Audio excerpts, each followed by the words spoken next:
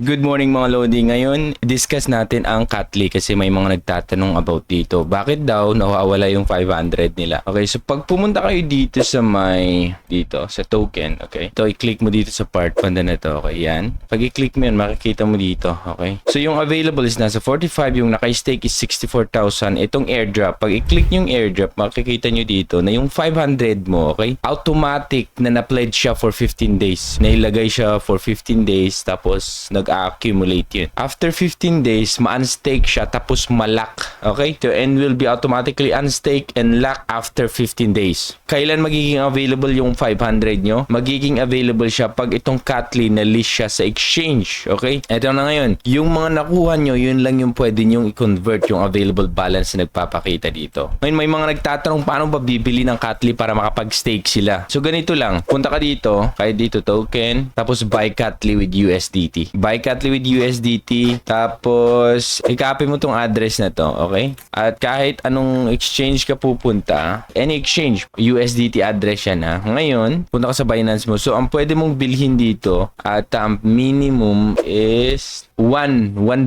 and $10,000. Okay, kung meron kang $1 pwede. Tapos, ang isang dollar ata is 250. So, okay na yun na may stake. Kung meron kang $2, pwede lang din. So, once na kinapi natin yan, copy wallet address and pay with any exchange or wallet. Kinapi na natin. Step 2, mag-wait lang tayo ng 2 minutes bago natin i-click itong payment confirm. Okay? So, gagawin natin, punta tayo sa Binance. So, ang gagawin mo is withdraw. I-click mo dito sa withdraw. Kapupunta ka dito. Make sure nakopy mo yung address. Okay? Nakopy na natin, di ba? I-paste mo yung address. Ngayon yung network, dapat BEP20. Kasi ang sabi niya dito is, yan o, BEP20, okay? So, balik tayo. So, eto mga Lodi kung mag-withdraw kayo sa Binance, okay, make sure na minimum is 10 ang withdraw nyo. So, mga 11 ganun para mag-go through yung transaction pag magsisend kayo sa Katli. So, wag natin gamitin ng Binance. Pumunta tayo sa mas madali. Kung gusto nyo mga 1 lang or $2 or $3, pwede nyo gawin yan sa MetaMask or sa mga ibang wallet address na kung gusto nyo meron kayo. For example, ganito. Dito sa BNB, okay, meron tayong RNO dyan na pwede nating i-convert into USDT, okay? So, max. Try natin, max. Convert natin to USDT kasi yun yung kailangan. Review swap. Curate before proceeding. Okay, swap. Understand. Swap na natin. Ayun. So, meron tayong $4. Okay, mahigit doon. So, I think possible na ito para sa gagawin natin transaction. Ayun, mayroon tayong $5.31. So, $5.31, dito tayo sa MetaMask, okay? So, okay na to. Send din natin siya dun sa Katli, okay? So, pag pumunta ka sa Katli, eto, copy natin, tapos pumunta tayo dito, dyan, ayan. So, ganyan, send, okay? So, depende kung magkano yung send mo. Lagay mo yung address, BNB naman tayo. So, depende kung 3 ang send mo, pwede, okay? Pwede din 5, okay? Try natin 5, ayan, 5. Next natin, and then confirm mo. Pending pa siya ngayon, mamaya-maya, ang may send dun is 4.99. Huwag mo nang speed up, ayan, nag-go through na siya, okay? Tapos na yung transaction ginawa natin dito sa address, marireceive nila dito. Sabi niya, after waiting for 2 minutes, click the confirm button. So, after 2 minutes, i-click natin yan mga Lodi. So, 2 minutes na ata mga Lodi. So, ang gagawin natin, i-confirm lang natin, okay? So, click natin ang payment, 2 minutes. So, waiting lang. First time ko din gagawin to.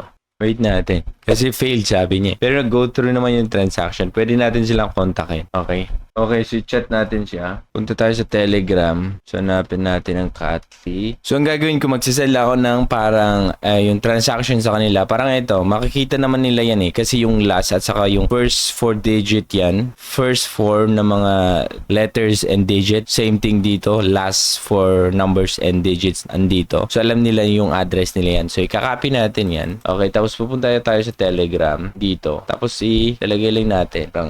Parang ganito na lang. Ayan. Send to your address but still fail. Ganun lang. Send to your address but fail to confirm. Ayan. Tignan natin. And then, check natin kung anong response nila mamaya mga Lodi. Okay? So, yun lang. Kung paano mag-transfer, wait natin yung response nila. So, eto na mga Lodi. Nag-message lang tayo sa kanila. Nag-response naman sila. Okay, so eto yung response niya. Click the payment confirm button to claim. Okay, ang ginawa ko lang, ni-screenshot ko. Tapos sinabi ko, send to your address but payment not able to confirm. Okay, but so member ID, kinuha niya yung member ID ko yung 82684. Saan makukuha yon? Binigay ko yung member ID ko, kinuha niya yung member ID 82680.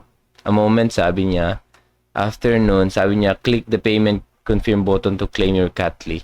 So, pag-click ko, ayan na. Okay, so mga $4.99 yata yun. Nabigyan tayo ng 1,250 at pwede nyo nang i-stake yan. Ito na, oh. Successfully bought 1,250, okay? So, saan makikita yung ID nyo kung sakaling magka-trouble kayo, okay? Once na nag-buy kayo, punta lang kayo dito sa Me. Tapos, ayun, oh, itong ID na to, okay? Ito, copy nyo lang yan. Tapos, is-send nyo sa kanila. Yan lang, ganun. Stake ulit natin, 1,295 kasi 1,295. Stake ulit natin yan. Yun, stake niya siya. Ganun lang kasimple paano ang mag-buy ng token sa Catly. Tapos antayin nyo lang every 15 days balikan nyo or every 2 days siguro pag naabot na niya yung 100, okay, yung reward nyo naabot na yung 100, stake nyo ulit, ganun. Basta pag check nyo naabot yung 100, then stake ulit.